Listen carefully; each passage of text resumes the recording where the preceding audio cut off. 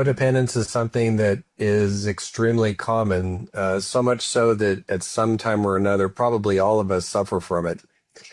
And before we get into symptoms, I just wanted to mention it's a term that comes out of initially Alcoholics Anonymous and then psychotherapy, family systems therapy, where we were noticing that people do subtle things to make others dependent on oneself. And this is something that we've learned to do actually in our families of origin, and then we carry it over into friendships and relationships.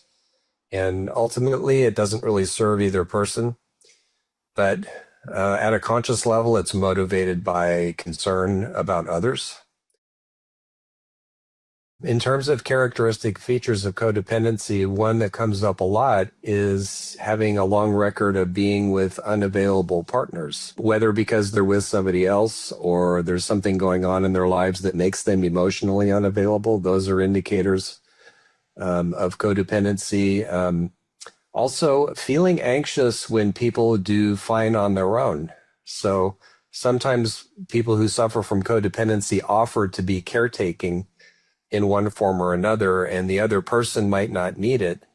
And when they don't need it, it creates this kind of this feeling of anxiety. Also, an unwillingness to accept care oneself when it's needed, putting one's needs on hold continually. And then when other people offer to look after the codependent person, making excuses for, no, I'm too busy doing this, or I have to care for that, or whatever. And so it's a paradox in a way, because the person who's codependent really wants to be looked after and cared for, but they keep finding reasons not to be.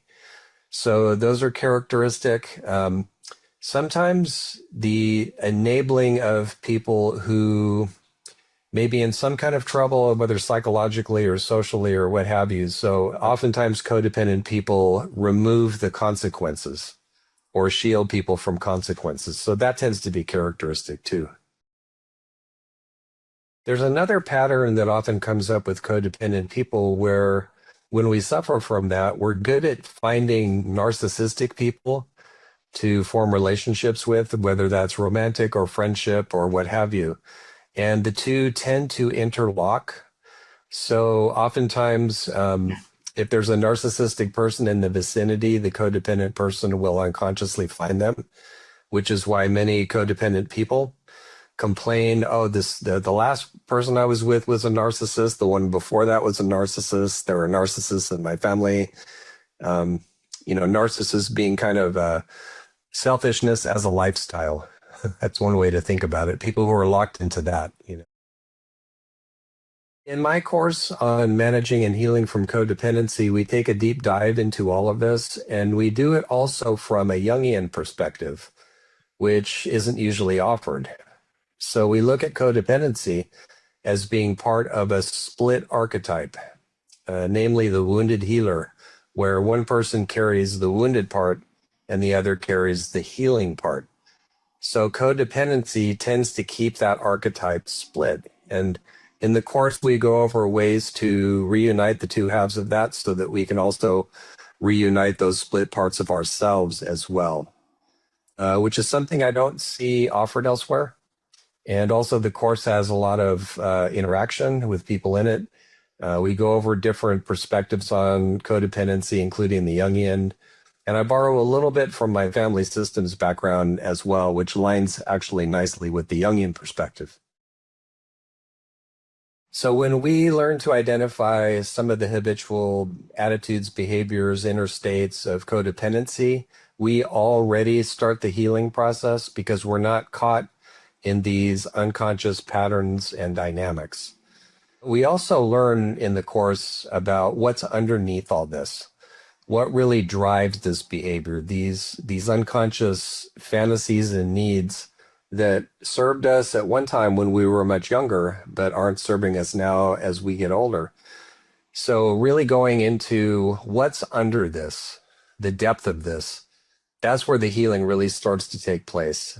And additionally, in the course, we talk about the byplay between codependency and narcissism to help us get a hold on that and stop falling into that as well. During the course, we also use myth as a tool of understanding and healing, and a guiding myth for the course is the one of Narcissus and his sad counterpart Echo. In the original story, Narcissus is preoccupied with himself, and Echo can only echo what goes on with him, which is a situation that's all too familiar to people who suffer from codependency of different kinds. So we use that myth both to understand what some of these deeper dynamics are that glue us into these unsatisfactory relations, but also to kind of let ourselves off the hook a bit for it.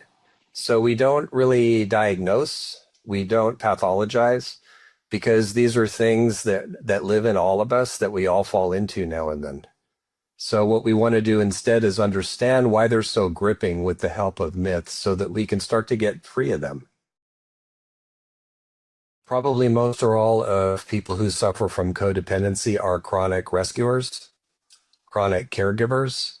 And the question comes up during the course, who are we really trying to rescue?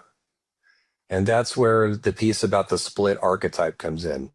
The healer is on one side, the role that the codependent person occupies, and the person to be healed, the wounded person, is on the other side. So in trying to heal them, we're really leaving our own wounding unaddressed. And once we begin to tend to that, that's where the really deep healing begins. When we do this kind of deep, myth-informed, psychology-informed healing on ourselves, there are good outcomes, one of which is to have more satisfying relationships of all kinds. But another is that we get clear on the difference between rescuing and caretaking people in ways that harm us and harm them and may even make us sick, and ways we can be genuinely helpful and caring and loving toward other people. And that's a huge gain for us and them.